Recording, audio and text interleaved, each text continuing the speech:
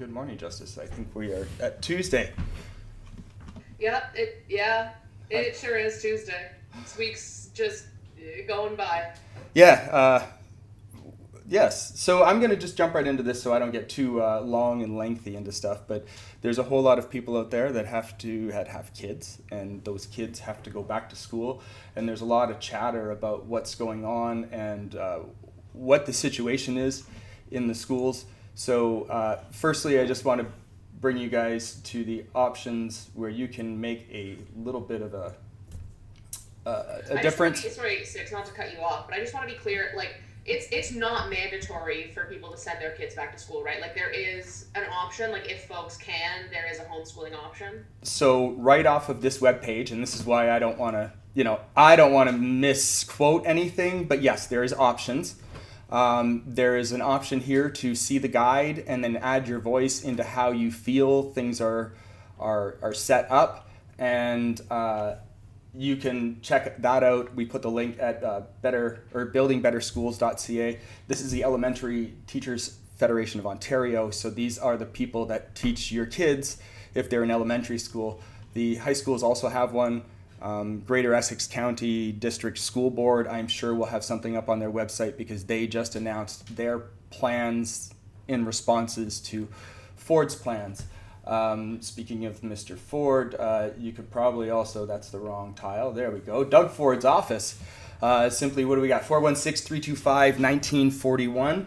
That's a number that you can call if you don't like what's going on. That's the office that can field those issues the best.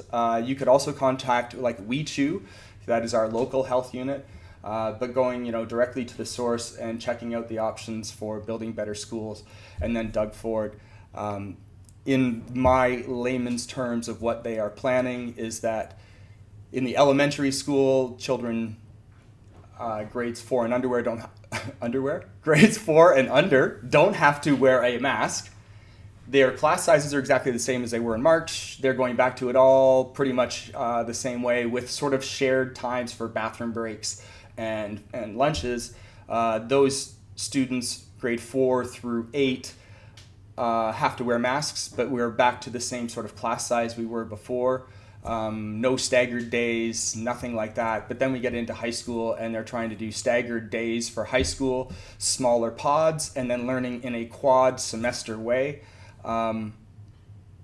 There is a link, and I'm going to... Sounds like it sucks. Yes. That's just my opinion, though. So, again, I don't want to be the one who is, pretending to be the most intelligent over this, but I will link out this article, which is written by Ryan Imgrund.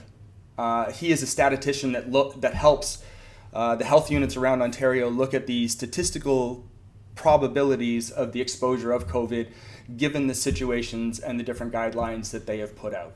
So most of Ontario is looking like they're under a 1% possibility for exposure if they take it the way it's planned, with class sizes kind of the way they are, up to 30 people. And Windsor-Essex is somewhere between 3 and 5%. So don't take my numbers for it. 3 to 5% chance of exposure to COVID, with class sizes at 30 going 5 days a week. Again, there isn't even a day off for them to clean like we're doing with most retail. Ew, I don't even want to think, ew. Yeah. It's gross. Like, this is gross. Have you met a kid? They lick every single thing. I've met a few. Many. And they, that's, their favorite activity is, putting stuff in their mouth and licking stuff. And then they've, elected to make the really young ones, they're the ones who are most prone to licking. I don't know anything because I don't have children, but I feel very strongly because I've got friends who are teachers, I have friends who are in the school system, and this Doug Ford seems to not care. He seems to think that they're disposable, and I don't want to go off on my rant, but I'm very upset. This makes me very upset. I have been just doing some work, for the upcoming Drive magazine, and I was literally photographing that large group of people. It's the largest group of people I've been in front of or standing around for the last couple months, and it's crazy to think that I'd be putting my kids into that. But I think a lot of it also has to come down to them. I mean, it's children. I want to make sure their mental health is okay, but I also want to make sure that we don't have any lingering effects of COVID. I believe tomorrow's guest is Shane, correct? I don't think Okay. they confirmed. Okay, well, we have to double check with one of these, so we might be able to have a lot more professional kind of opinions on COVID and maybe even lasting effects on what it does to cells and all some sciencey stuff. But today, we're talking with Max Reid. We had him come on the show about a week and a half ago when he had some crap go down in the States. Right, this was the hotel. Yeah, and we'll maybe get an update on that, which is probably nothing. And then we'll just chat because he's also in a very similar situation with kids. He does travel a lot, and he just got back into, finally like most, I think, creative people, or at least photographers, back into being able to kind of photograph people in a studio situation, which is something I'm really missing. But before that, we are going to go with our music video this morning, sent in by Dave the bassist. This is Case the Joint and The Bank.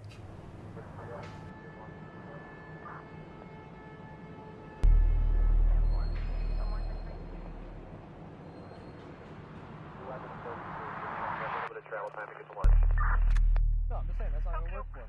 All right, you ready to talk? Yeah. I'm bored. All right, let's work something out here. 50-50, you're full of I shit. said I'm bored. Is there like any music I can put on or something? 65 in our favor. No, the deal worked out a lot better last time. Got I'm saying we this. get 65%, you get 35. Fucking Rubik's We're the Cube. ones Hey, putting our kidding me? ass on the Fuck, line. dude. We're the That's ones something for me to working do. all this out. Dude, you're full of Get shit. off the fucking phone, dude. Give me something to do. That's an $1,100 phone and a six-figure deal you just threw out the window, you stupid. You fucking stupid. Number 40313. Well, are you happy now? Everybody be cool.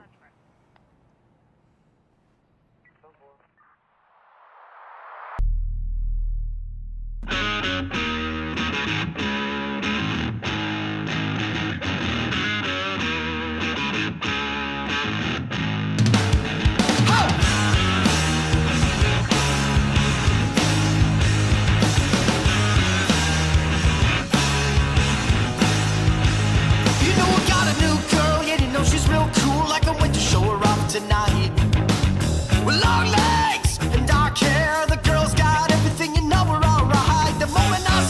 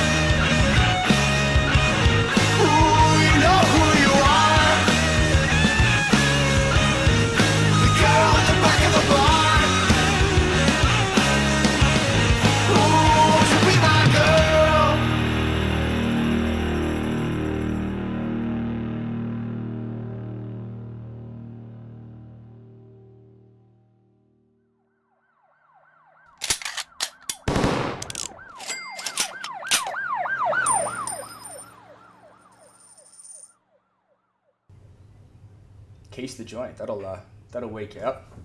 We're joined now by Maximus Reid. How you doing? What up, guys? Man, Good morning. that is one hell of a crowd of people behind you, eh? That's that's my life. That's my office. That's my office. These are all my peeps. Everybody's wearing a mask. Not this year, unfortunately, but yeah, for the most part, yeah. It's crazy. How have you been? Excellent, man. Very busy. Strange times. Obviously, we're all kind of going through it, but just staying busy. I think just like everyone. Yeah. Just trying to be positive and try to keep the negative away and be your best self right now. For those of you that don't know, in our circle of friends, just let us in on a little bit of what you do, kind of as business, and I just want to ask you what it's been like traveling around as well. Okay, yeah. So for my bread and butter, me and my wife own a company called Auctioneer Maximus Reid. It's an industrial auction company.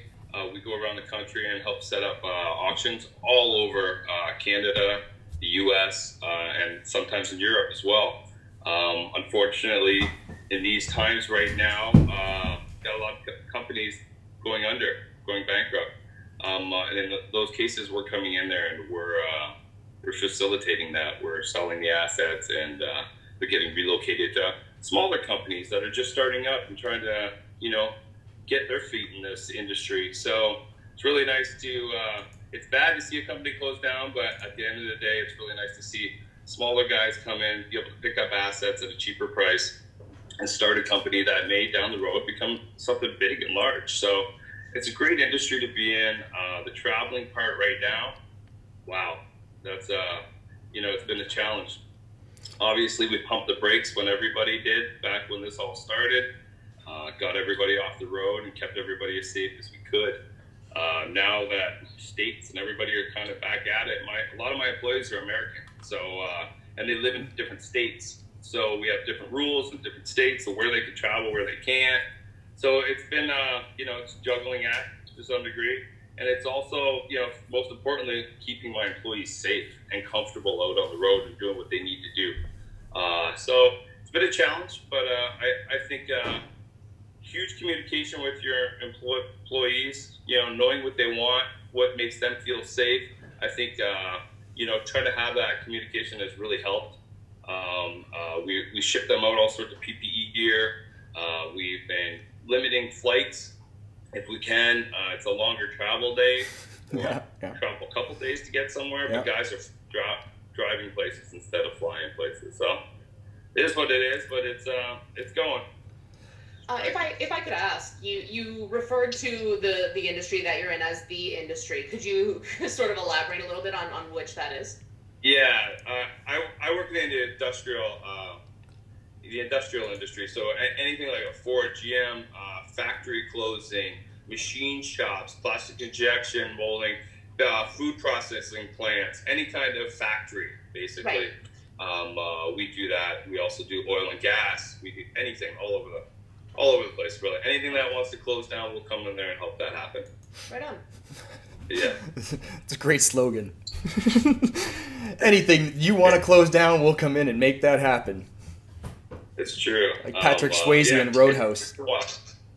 Sorry?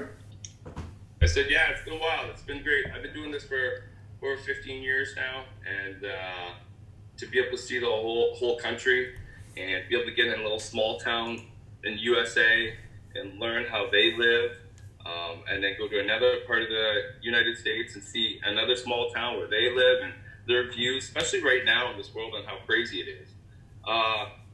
It helps me get perspective, I guess, on people's insights into where they live, and what they were raised around. I try to say it all the time that we live in Windsor, Ontario, Canada. I'm very proud of that. We live in a very safe place. I think we have a lot of very good values in this town, and I think a lot of us were raised with those.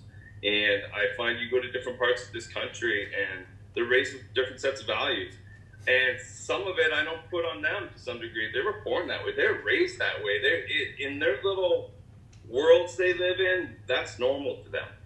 So it's hard to be harsh to everybody sometimes because that's what they're raised in. That's what they're born and raised in.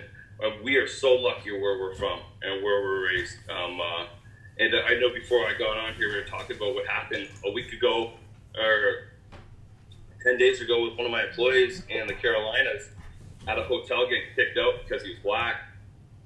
That it's so upsetting and it frustrates the crap out of me that happens still in 2020 and going forward. My kids are 5; they got to live with this, and they're trying to teach them the ways around it. To see what happened there just broke my heart. And what broke my heart even more was knowing that my voice doesn't matter. My voice isn't strong enough on its own. It really does take a collective to make any type of change. And that collective really only happens when it hits somebody's pocketbook. I find the moral compass on things doesn't change if there's enough money involved. When you start losing that money, then all of a sudden that moral compass all of a sudden changes for people. And then, we're going to do something. So just to give you an update on that situation. Yeah, please do. The only thing my wife talked to, head offices and everybody about this, emailed everybody about it. I was going off on social media on everybody. At the end of the day, the only thing they ever did was give us our money back.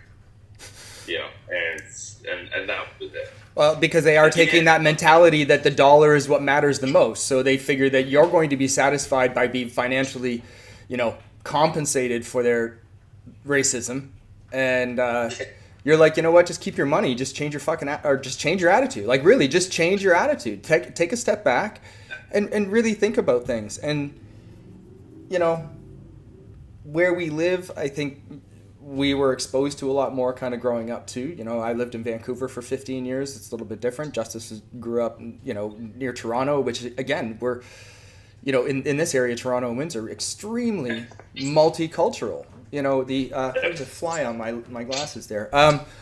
I was just photographing, I can't give out names, we got to leave everything for the Drive magazine, but I was photographing a local council person, also an ex-police officer that was also talking about just like how unbelievable it is that he's the only kind of black elected representative between here and London. And even though we are the most multicultural here in Windsor, we don't always necessarily even see it. So, like that talk about how things have to kind of change and how, getting into the system to change the system helps out. Where it's also people like us who are just extremely loud, and all again it comes back to is like, well, we can I guess vote with our dollar. I mean that doesn't really help out a whole lot because I'd like to be teaching you more than financially giving me back what you think I deserve because you're an ass. Exactly. So Yep. It's crazy to have heard it happen, but it's great also that it happens this close in our friend circle. It's hard to have those stories like my mailman's cousin had this happen when they were blah, blah, blah. Like we get to speak with you about it. It's first person and it sucked. But so speaking of other things that suck, yeah, please elaborate. That's just one instance that's happened. This is something this happens in our company time and time again. I have people of color and white guys that work for me, and I should never have to make the decision, man, should I send this guy there or that guy there? I should be able to send anybody there. Yeah. You know what I mean? It shouldn't be this person gets the opportunity over whoever can get the job done, right? I mean, whoever's kind of there and capable and ready to do the work. Yeah, it should always be that way. So it's hard. I'm glad a lot of people are fighting for it right now. The destruction and the violence is a little crazy, but I'm glad that there's a lot of voices, a lot of push going on in the world to make a difference somehow, some way, because it needs to change. It really does. That's all I got on that. That's all I got. It's a tough subject. It is. It's it is a really tough subject. And with you looking forward to your school year, how are you handling that kind of information and those decisions? It's super, super tough. Obviously, like all us parents want to joke around and just say, get my kids in school. Yeah. we all want our kids to go into school so we can get some type of normalcy back in our lives and And like I said, I have twin boys, and when they were born, we kind of, my wife's so smart on just the whole, like, let's make sure we have a good schedule, because we're having twins. And that schedule rocked and rolled for us, and it was amazing. And now at 5 years old, going into SK, they thrive on schedules. So when that schedule's kind of changed right now, man, that threw us all for a loop. So I'd love my kids to get back into that schedule and get back to some normalcy and to see people, have that emotional connection with other people outside our bubbles.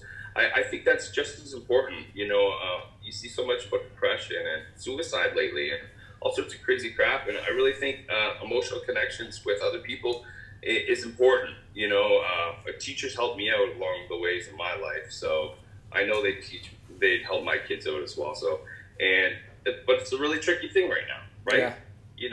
It's super tricky because you have a situation where you want that normalcy, but at the same time, I don't think our education system is telling us enough.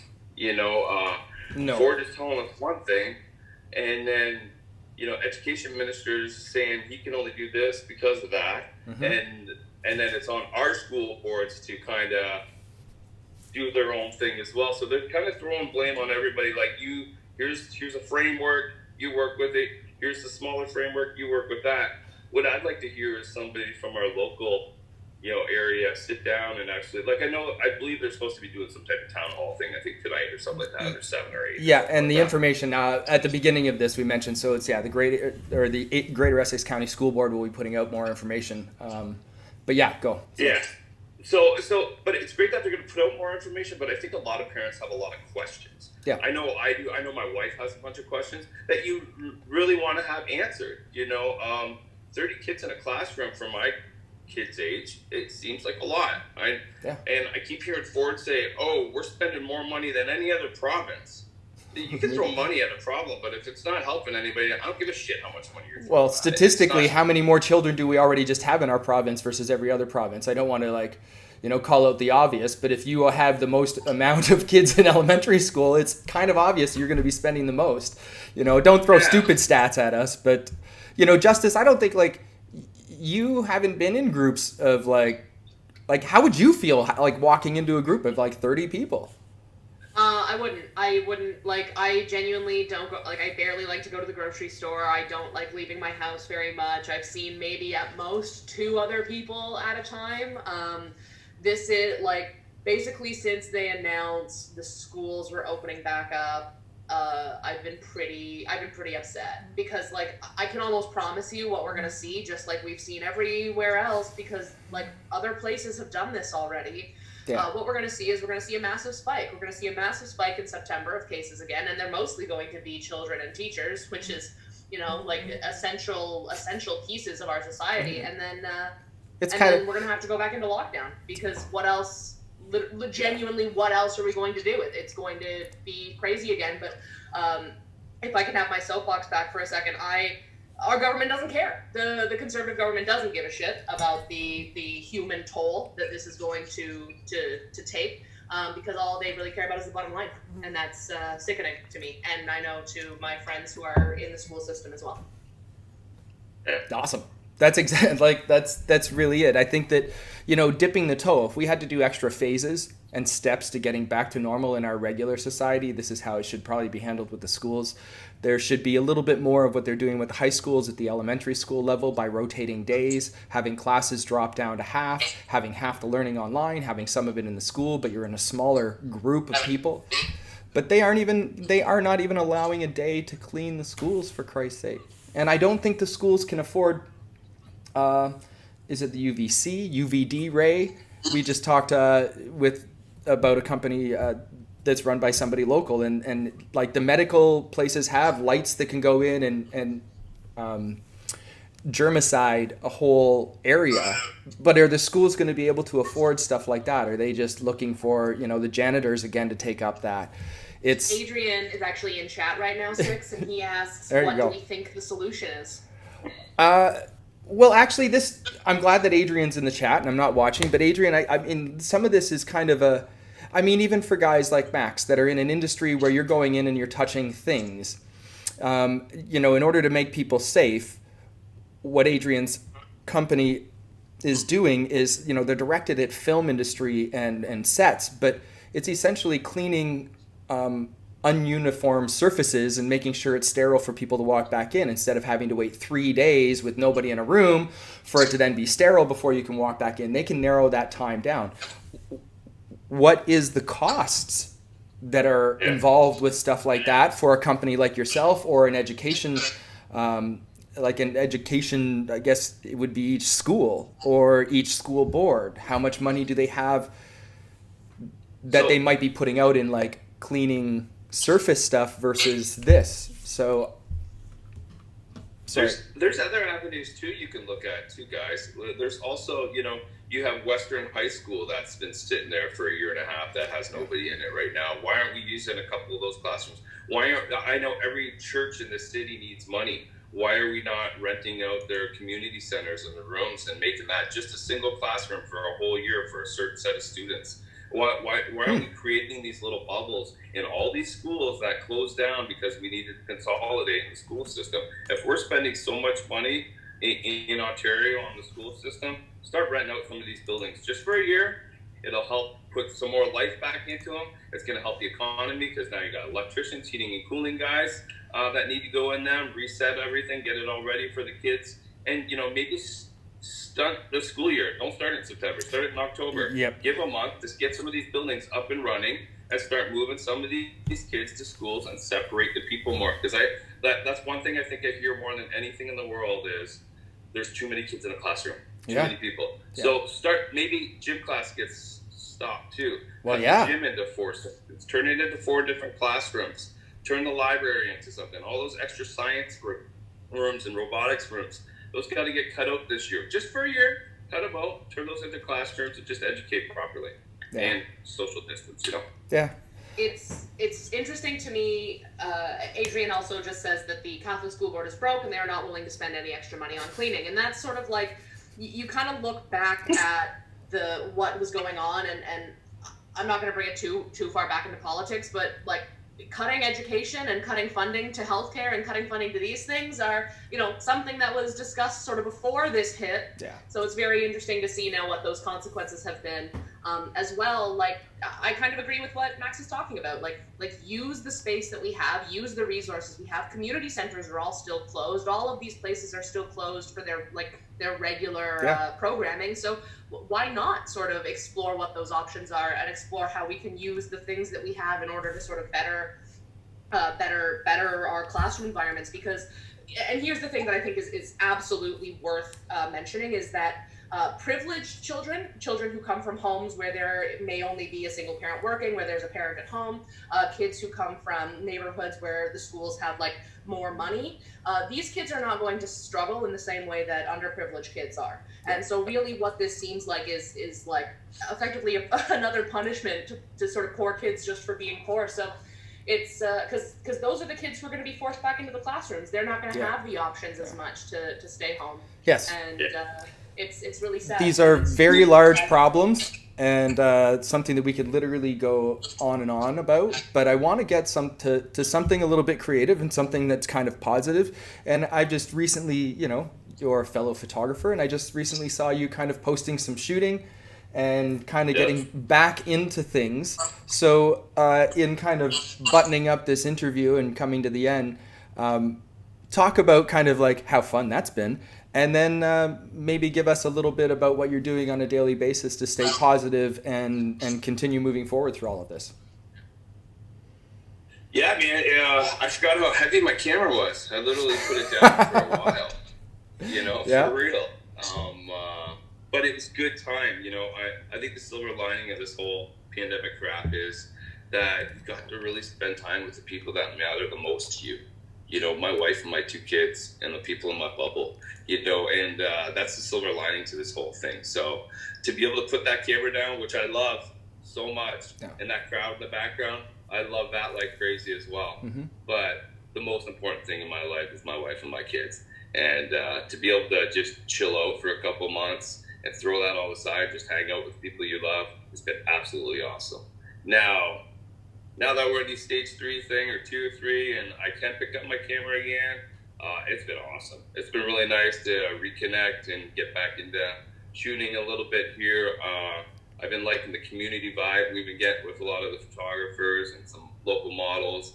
Again, I don't think I'm ever going to be a Rolling Stone photographer or, me jet setting all over the place, taking rock star photos for everybody all over the place. But what I would like to do in this city is just help amateur models and photographers out, help bands that are just starting out, want to get a cool little rock photo together for something.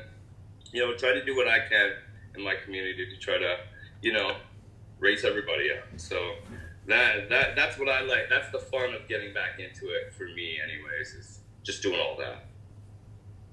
That's awesome. We kind of took a little bit of time to be the megaphone for a lot of that happening as well. Trying to make sure that our local community is, just got another outlet. There's a lot of us out there. There's a lot of great little magazines and stuff, but it's great to kind of, like you say, throw your energy into a community and to some creative things that are happening right here and that will make a big difference as we move forward. So. Yeah, man, you know what?